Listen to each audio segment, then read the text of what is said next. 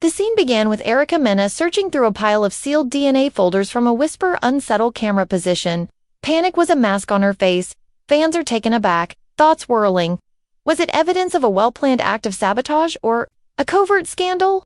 As the video surfaced and revealed Erica's shaking hands, feelings were running high, tearing apart envelopes, bits of paper flying about like confetti. With voices shouted in anxious whispers, producers hurried off camera. Was it someone else, or did Erica truly wish to erase the evidence?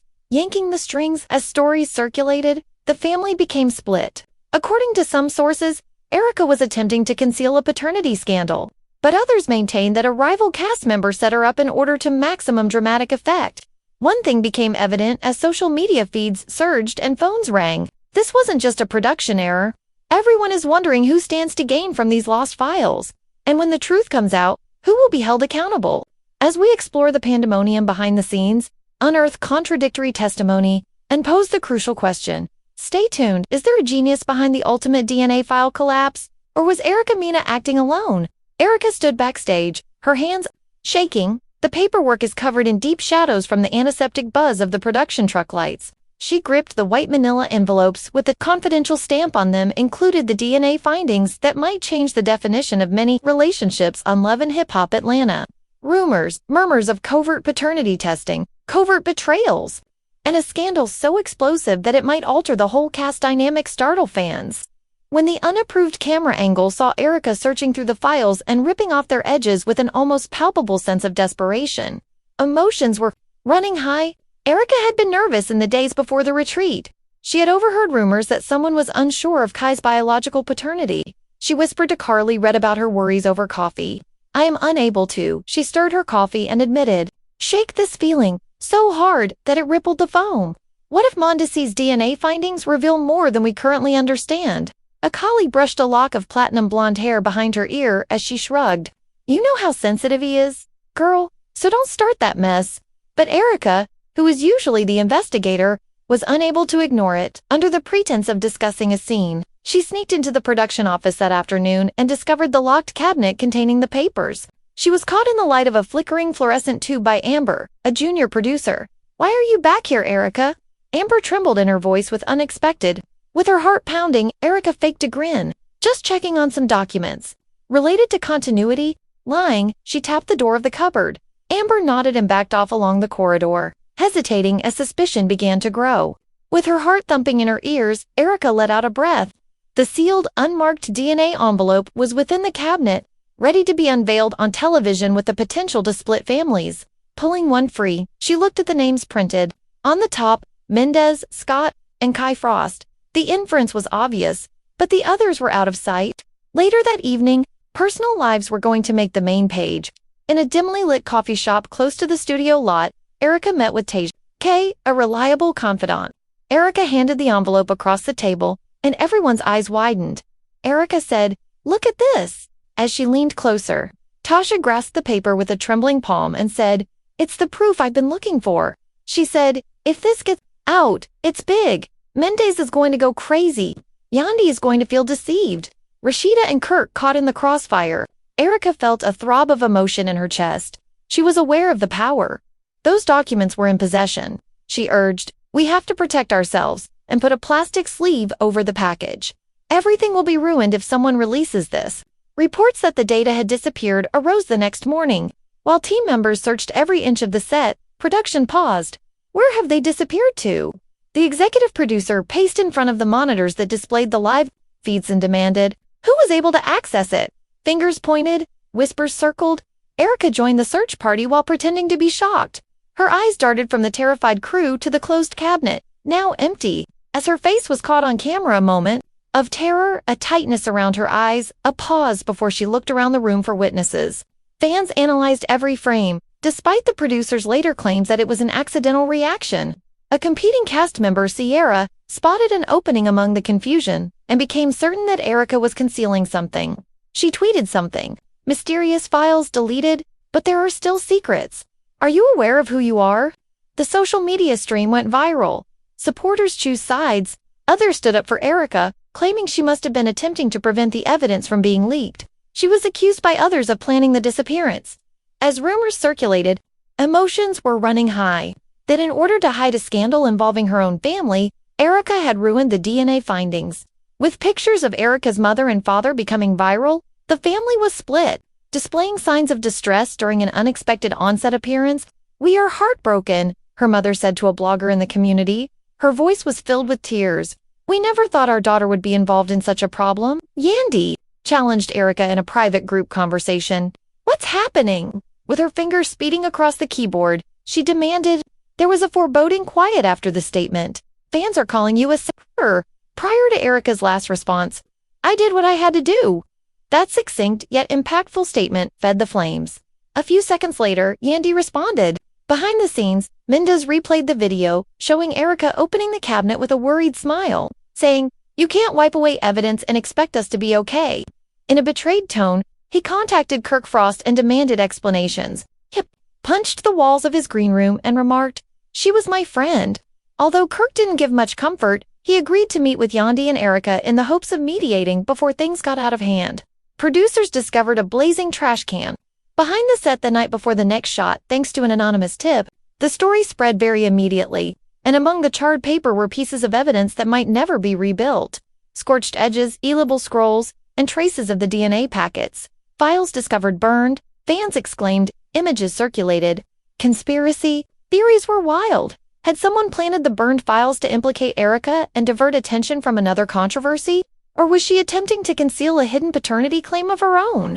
"I never intended to destroy evidence," Erica said, her eyes weeping, her voice shaking as she apologized in front of the cameras. She said, "I'm protecting someone I love." Her statement seemed slick and prepared, and viewers shouted, "Damage control." Amber said to a reporter backstage that she had caught another staff member grinning and filing their nails close to the garbage late at night. "It wasn't Erica," Amber muttered, peering over her shoulder. "I'm not revealing who, but it wasn't her." That quick admission sparked new gossip. Internal sabotage. Fans filled the comments, asking who the true enemy is, a hidden puppet master manipulating strings. As allegiances change more quickly than a season finale plot surprise, emotions were running high. Was it proof or sabotage? Erica or imposter? Some started defending Erica by highlighting her integrity and posting videos of her early charitable efforts, while others unearthed old interviews in which Erica discussed respect and privacy. Manipulating her statements to bolster accusations of guilt, Erica withdrew to a quiet guest home next to the studio, surrounded only by Mendeses. During the kaleidoscope of allegations, justifications, and sheer incredulity that had transcended the program and turned into a cultural moment. Haunted by the pieces of burnt data she'd seen in the garbage, she walked the wooden floors late at night while stroking her hair and a few devoted pals. Fans were surprised when her phone rang nonstop with texts. An insider said that there were fresh twists and the Amber's confession kept coming back to her, and she questioned who she could trust. Looking in the mirror, she saw someone who had been changed by suspicion and was prepared to just as it appeared that the issue could subside. A video clip appeared on a fan website, making her question her own intentions. The weight of the missing DNA findings weighed down on her like an anchor. Grainy yet captivating film of a dark stranger sliding the original files into a competing cast member's backpack. "Look at her go," said the fans as they saw the gloved, delicate feminine hand. Not Erica, of course. Sabotage verified. The fresh perspective brought Erica back into the public front and revived the probe. Her claim of innocence now appeared sincere to some. But to others, it was just another well-done diversion. Mendes was forced to choose between keeping his own reputation intact and protecting the lady he cared for, leaving the family split once more. Producers gathered in a crisis meeting as daybreak swept across the set.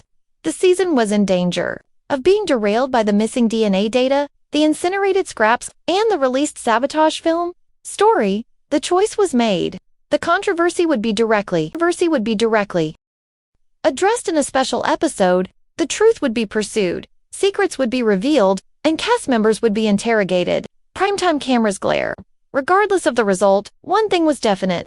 Atlanta's Love and Hip Hop has just revealed its most shocking turn to date. Additionally, fans would be obsessively watching to see if Erica Mena was either the ultimate sabotage victim or the mastermind. Sabotage. Before dawn, the cameras were rolling once more.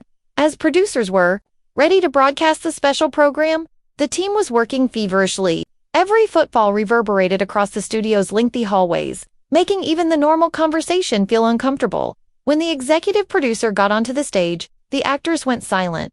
the platform. Investigating the lost files is our goal. Through the speakers, his voice cracked. No more secrets. When Erica Mena walked onto the set, the mood was intense. Mendez and a small group of legal advisors flanked him. Her dark, plain clothing appeared to accentuate her nervousness. Her eyes darted to the storage unit where the data had been locked away, and she faked a little grin at the cameras. A fierce, veteran journalist who leaned toward the microphone asked the first question. "Could you tell me why you were observed looking through those DNA packets, Erica?" The crowd held its breath. Erica's mouth quivered. "I approached the files because I was concerned about the integrity of the results," she murmured. "I wasn't going to ruin them, was confirming their legitimacy." A whisper echoed across the audience. As rumors circulated, the family became split. The host then showed the surveillance video frame by frame, asking if this was damage control or the whole truth. Drawing attention to Erica's unsteady hands, he said, "Fans are shocked by these images." As the dramatic music began to rise, the crowd gasped when the footage cut to Amber's confession about seeing someone else near the dumpster. "Can you comment? I had no idea Amber saw someone else," Erica said, letting out a short breath as her shoulders slumped in response to the journalist's question about Amber's remark. "I only know what was on camera," she said, breaking. Though doubt hung like a shadow, the unfiltered passion in her voice implied vulnerability. With sad faces, Rashidita and Yandi watched the broadcast on a monitor backstage. Rashidita put a comforting touch on her friend's hand while Yandi covered her mouth as she witnessed Erica lose it during interrogation. "Shoulder, we must remain together," Rashidita said, their previous reconciliation acting as a reminder that nobody was above drama. Yandi nodded, her gaze never leaving the screen, and fans began to passionately divide the internet community by tweeting #TamEA or #EricaGuilty. Tasha K., Erica's confidant from the drive-thru confession, was presented as a surprise witness as the panel moved, and she left in a sharp jacket and with a manila packet in hand. She declared, "I have the unedited files." The studio gasped as the presenter motioned for her to bring the folder to the stage. The camera zoomed in when Tasha opened it and saw immaculate packets marked confidential. The DNA findings showed no signs of manipulation, and Erica's tearful, "This is evidence," Tasha said. "Take a look at the state." No, the family was split up once more, with some claiming Tasha was bought off. There were rips but no burning. Applauded, glad that Erica could be innocent, but before anybody could catch their breath, the broadcast shifted to cast members' pre-recorded interviews, with Kirk Frost making his appearance first. "I don't know what Erica was thinking, but I do know she's not the type to destroy evidence," he said, his face taut with worry. "Something deeper is happening." He cast a sidelong glance at Chimera, implying a secret plot point. Sierra followed, who maybe someone wanted the files gone, so a secret paternity wouldn't blow up on national TV, she taunted, smirking as she leaned forward. The television turned back to Erica, her poise disturbed but determined, as she tittered uncomfortably, her comment sowing fresh doubts in everyone's minds. She continued quietly, "I want to correct the record, but I understand the assumption. I did not." She looked at Menezes, who sat silently next to her, and said, "Destroy evidence. If anything, I was trying to protect someone." When it was his moment to speak, he stood up and turned to the cameras, his arms crossed and his mouth set. "I've known Erica for years," he said. "She's always been protective. So instead of burning the files, she would have sounded the alarm if any were missing." With remarks like "loyalty runs deep," fans poured their support behind him, demonstrating the weight of his endorsement. The host fell just as the mood felt imbalanced. The next shocking revelation was a clip of an email that appeared on screen. A series of leaked emails among producers that suggested the missing files could have been a PR hoax to increase viewership. Think about a staged leak to generate excitement. The studio exploded in fury over the last incident, and audience engagement increased. Backstage, producers argued frantically, their hushed words captured on hot mic recordings that some detectives had previously posted online. In the midst of the uproar, a low-quality videotape showing a mysterious individual installing a tiny device in the archiving room appeared, raising viewers' emotions as they learned that the entire affair could have been staged. Fans stopped and slowed the video, questioning whether the gloved hand was indeed putting anything inside the filing cabinet. But the movement was clear despite the shaky viewpoint and odd position. The conspiracies grew. Was the mastermind a cast member who was in competition with Erica? Her hands mirrored Erica's single quotes as face pad as she watched, leaving the family split once more, unable to distinguish reality from fiction. Whether it was a renegade crew member wanting retribution or an overzealous producer pursuing ratings, the video, her breath caught in her throat, security tape was pulled in from each hallway, and producers demanded an instant inquiry. When Amber was called back to the platform, she broke down and shared what she had witnessed, torn between honesty and loyalty and under increasing pressure. There was a collective sigh of relief, a new wave of confusion, when it was revealed that the person in the tape was not Erica, but someone much shorter and wearing a dark hoodie. The performance finished on a cliffhanger as rival cast members looked at each other. Whispers bounced off the walls, and alliances altered in real time. The lights went down, and the sound of dramatic music continued as the credits rolled. And viewers were clamoring for the next episode after the executive producer assured them that the real perpetrator will be revealed in the season finale. Behind the scenes, Rashida and Yandi stood by, silently supporting Erica as she fell into a chair, tears running. Gathered Mendez and a handful of devoted followers, who gathered around a laptop as Erica played the tape, the distorted sounds chilling them. "We need to identify who that is," Mendez murmured softly, squeezing her hand. "We can't let them manipulate the narrative any longer." Erica's eyes glowed with determination as she recognized that she would have to expose the saboteur in order to save her reputation. Even if it meant disclosing information that may harm other people. The following morning, Erica cautiously re-entered the archival room, avoiding inquisitive eyes, and discovered a concealed monitoring system inside, the door lingering slightly, jarring, as she had previously remarked.